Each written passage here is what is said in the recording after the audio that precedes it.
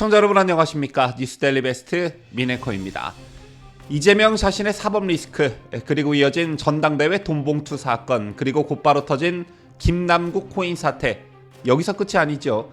현충일을 전후해 터진 이래경 낙마 사태까지 계속되는 민주당의 악재로 이재명 민주당 대표를 향한 사퇴 요구가 거세지고 있습니다.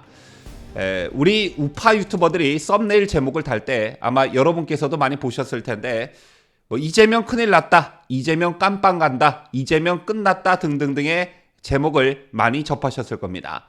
하지만 아직도 민주당 대표는 이재명이고 이재명을 방탄하는 민주당 내 의원들과 개딸을 비롯한 그의 지지자들은 굳건한 상황입니다. 그렇다면 이재명은 정말 언제쯤 끝나는 것일까요? 저는 이런 말씀을 드리고 싶습니다. 대한민국 국민들의 상식이 아직도 깨어있고 살아있다는 전제하에 이재명은 반드시 끝난다, 이렇게 봅니다. 언젠가 제가 유튜브 썸네일에 이재명은 이래도 죽고 저래도 죽게 되어 있다라는 썸네일 제목을 단 적이 있는데요. 그렇다면 그 시기가 궁금해지죠. 일단 사법적인 관점에서 보면 이재명이 걸려있는 사건에 대한 재판이 한두 개가 아니기 때문에 이 모든 재판에서 100% 무죄가 나올 확률은 로또 1등의 확률과 같다고 봅니다. 대장동이 됐던 백현동이 됐던 성남FC 후원금이 됐던, 또 그게 아니라면 김문기 씨를 몰랐다는 선거법 위반 건이 됐던 뭐가 걸려도 걸리게 되어 있다라고 보는데요. 저런 사법적 관점 말고 정치적 관점에서 좀 살펴볼 필요성이 있어 보입니다. 이 점과 관련해선 이래경 낙마 사태 전과 후, 그리고 이낙연 전 총리의 복귀 전과 후, 이 두 가지 관점에서 바라봐야 할 듯한데요. 자, 먼저 이래경 낙마 사태 후 민주당에서는 노골적인 이재명 사퇴 요구가 그야말로 분출하고 있습니다. 실제로 대표적인 비명계인 이상민 민주당 의원은 어제 이래경 혁신위원장 선임 사태를 두고 이재명 대표 쪽에 있는 사람을 고르다 보니까 그런 문제가 생긴 것이다. 결국 이 대표 체제의 강화를 목적에 둔 것이 아니냐라면서 오히려 그러한 생각이 위기를 더 확대 재생산할 것이다. 이 대표가 사퇴를 하루라도 빨리 해야 될 것이라고 말했습니다. 자, 그런데 이재명을 향한 당내 반발은 어제 오늘 얘기가 아니죠. 이래경 낙마 사태에 앞서서도 돈봉투와 김남국 사태를 놓고 이재명을 비롯한 지도부가 안일하게 대응하면서 시작된 소위 반 이재명 여론은 이재명이 개딸을 중심으로 한 팬덤 정치에 기대려는 모습을 보이면서 더욱 확산됐습니다. 그러다 이번 혁신위원장으로 이래경 다른 백년 명예이사장을 선임하면서 노골적으로 당 사당화에 대한 의지를 드러낸 이재명을 향한 반발 여론은 이제 걷잡을 수 없을 만큼 커진 분위기입니다. 여기에 더해 이재명 체제가 지속될 경우 같은 문제가 반복될 뿐만 아니라 총선을 전후해 이재명 사법 리스크와 관련해 1심 재판 결과가 나오기라도 한다면 총선 필패라는 우려가 확산되면서 당 안팎 인사들의 불만이 이재명에 대한 사퇴 요구로 표출되고 있다는 분석이 지배적인데요.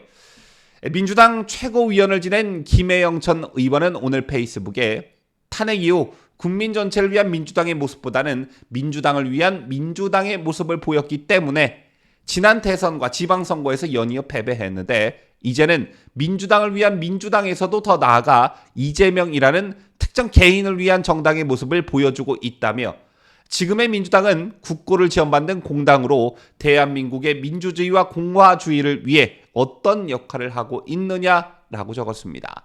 그런가 하면 김종민 민주당 의원도 전날 페이스북에 이재명의 민주당에서 국민의 민주당으로 가는 게 혁신이라며 이대로 가면 민주당은 정말 큰일 난다. 민주당도 이 대표도 시간이 얼마 남지 않았다고 주장했습니다.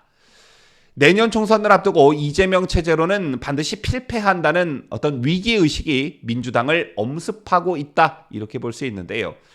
따라서 혁신이보다는 비상대책위원회 체제로의 전환이 바람직하다는 의견들도 표출되고 있습니다.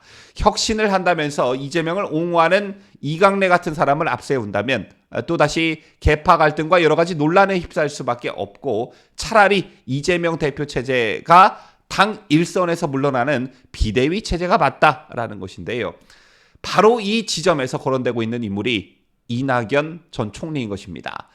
이재명 체제가 전복되면서 새로운 구심점이 반드시 필요하고 외부에서 영입할 인사가 마땅치 않은 상황에서 민주당을 누구보다 잘 알고 무엇보다 구심적 역할을 할 수 있는 이낙연 전 총리가 당을 이끌기에 적합하다는 것입니다.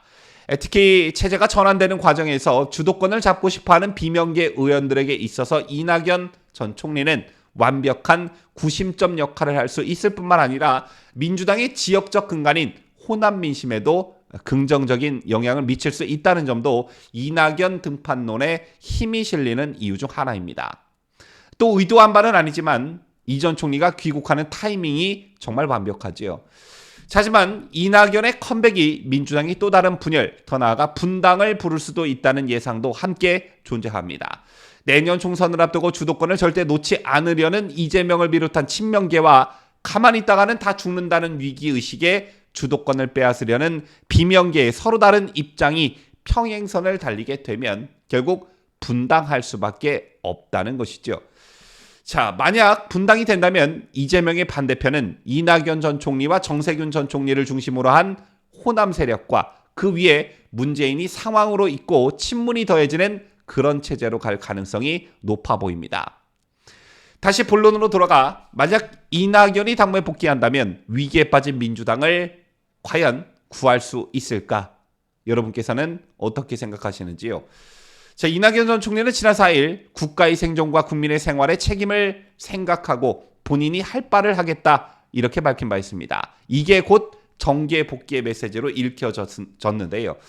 최근 이낙연 전 총리 미국에서 출판 기념회를 가졌죠. 대한민국 생존 전략 이낙연의 구상이라는 제목의 책인데 저는 물론 안 읽어보고 앞으로도 이 책을 구매할 의향도 없지만 해당 책 내용을 해당 쪽 내용의 옳고 그름을 따지기에 앞서 이낙연 전 총리가 과연 국가 위기를 운운할 자격 자체가 있나 싶습니다. 소위 민주화 이후에 반복된 10년 주기 정권 교체란 일종의 공식을 깨고 단 5년 만에 실권한 문재인 정권의 주역 중 한 사람이 바로 이낙연이었습니다. 그렇다면 이낙연이 좀 염치 있는 정치인이라면 국민들께 문재인 정권이 왜 몰락했는지, 문재인 정권의 실정이 현재 우리가 직면한 위기를 어떻게 초래했는지, 왜 우리 국민이 이재명 정권을 선택하지 않고 윤석열 정권을 선택했는지에 대해 철저한 반성을 먼저 했어야 됐습니다. 그런데 책 내용에선 그런 처절한 반성이 없다고 하더군요. 자, 그렇다면 국민들이 이낙연의 복귀, 더 나아가 이낙연의 비대위 체제에 대해 어떻게 생각할까요? 문재인 정권의 연장, 문재인 정권의 복귀라는 이미지를 먼저 떠올리지 않을까요? 처절하게 문재인 정권의 실정에 대해 이낙연이 반성하지 않는 한 문재인 정부 초대 국무총리로 쌓은 인지도 덕분에 잠시나마 대권을 생각한 이낙연이란 사람이 지금에 와서 국가위기 운운하며 뭔가 엄청나고 획기적인 묘책이 있는 것 마냥 떠드는 이낙연의 모습을 진전성 있게 받아들이는 국민은 아마 별로 안 계실 겁니다. 때문에 이재명은 이래도 죽고 저래도 죽게 되어 있다에 이어 민주당은 이래도 죽고 저래도 죽게 되어 있다라는 말씀을 여러분께 드리고 싶은 겁니다.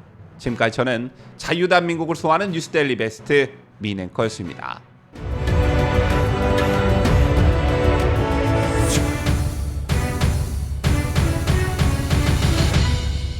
함께해요. 뉴스데일리 베스트.